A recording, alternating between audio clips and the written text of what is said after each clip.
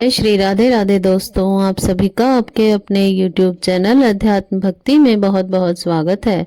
आइए आज आप सब सुनेंगे माघ मास महात्म्य में 24वें अध्याय की कथा। अब तक यदि आपने पिछले अध्यायों की कथा का श्रवण नहीं किया हो तो चैनल पर वीडियो अपलोड है, आप वहां से पिछले अध्यायों की कथा का श्रवण कर सकते हैं। तो आइए सुनते हैं माघ मास कथा में 24वें अध्याय की कथा। तो बोलिए प्रेम से भगवान विष्णु की जय, माता लक्ष्मी की जय, सर्व देवी देवताओं की जय। ब्राह्मण वेद निधि ने महर्षि लोमश से कहा, प्रभु आप कृपा करके मुझे उस पिशाच की कथा सुनाइए जिसे महात्मा देवद्युति की कृपा से मुक्ति प्राप्त होकर सद्गति प्राप्त हुई थी। ब्राह्मण वेद निधि की प्रार्थना पर महर्षि लोमश ने उन्हें निम्नलिखित कथा सुनाई। प्राचीन काल में द्रविड़ देश में चित्ररथ नाम का राजा राज्य करता था। वह संपूर्ण शास्त्रों का ज्ञाता, विद्वान तथा शूरवीर था, परंतु साथ ही अति विषयी एक कामाचारी भी था। वह सदैव ही स्त्रियों में आसक्त रहकर वासना में लिप्त रहा करता था। उसे संपूर्ण शास्त्रों का ज्ञान तथापि उसके हृदय में धर्म और ईश्वर के प्रति कोई आस्था नहीं थी। वह नास्तिकों के समान प्रश्न करता था कि भगवान कौन है, कहाँ रहते हैं, किसने उन्हें देखा है। इस प्रकार के निरर्थक प्रश्न करते हुए वह सदैव ही पापाचार में लिप्त रहा करता था। राजा चित्ररथ का अधर्मी एवं नास्तिक जीवन इतने तक ही सीमित नहीं था, बल्कि वह भगवान का भजन पूजन करने वाले धर्मात्मा आस्तिक जनों को भी भगवत पूजा के अपराध में कठोर दंड भी दिया करता था। पाप युक्त और दुराचारी जीवन व्यतीत करते हुए आयु पूरी होने के पश्चात एक दिन राजा की मृत्यु हो गई।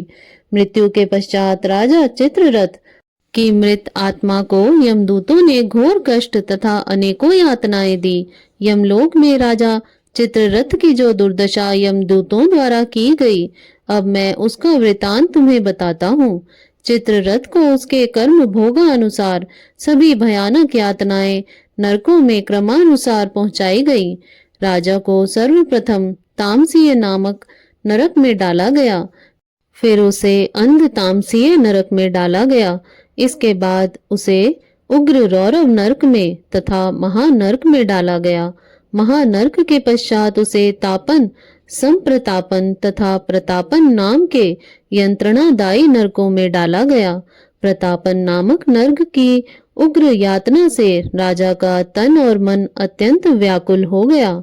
संताप, काकोल, कुड़वल, पूतिमृतिक इत्यादि भयानक नरकों में भी राजा को क्रमशः डाला गया। इसके बाद उसे लौह शंकु, मृगी यंत्र, शालमली इत्यादि महादुर्गम तथा दुखदायी मार्गों में प्रविष्ट होना पड़ा। राजा के नरकीय जीवन का यही अंत नहीं था। उसे पुनः प्रसीमय वन, लौह तारक इत्यादि महादुखदायी नरकों में भी डाला गया।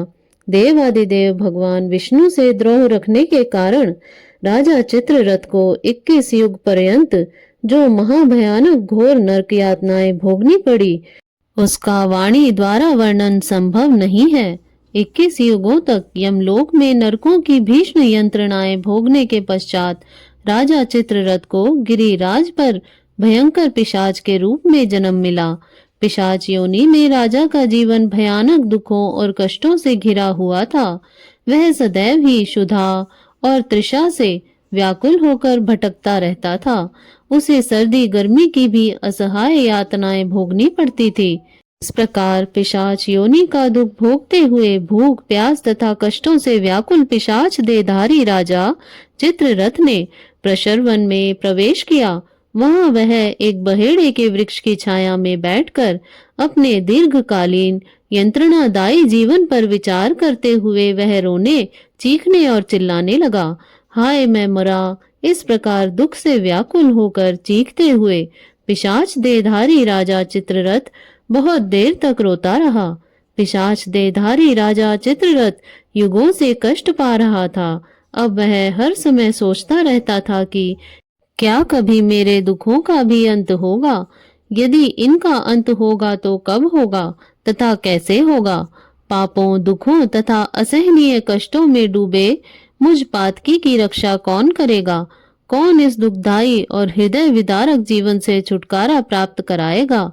पिशाच रूप में राजा चित्ररथ दिन रात यही सोचता और रोता रहता था। इति श्री पद्म पुराणे माघ महात्म्य 24वां अध्याय समाप्त। तो बोलिए प्रेम से भगवान विष्णु की जय, माता लक्ष्मी की जय, सर्व देवी देवताओं की जय। इस प्रकार से ज्ञानवर्धक जानकारियां प्राप्त करते रहने के लिए, व्रत पूजा आदि के बारे में जानने के लिए यदि आप चैनल पर पहली बार आए हैं तो चैनल को सब्सक्राइब कर लें, ताकि आने वाली वीडियो की नोटिफिकेशन आपको समय से मिलती रहे। वीडियो को लाइक करें, शेयर करें। सुखी रहें, स्वस्थ रहें। जय श्री राधे राधे। धन्यवाद।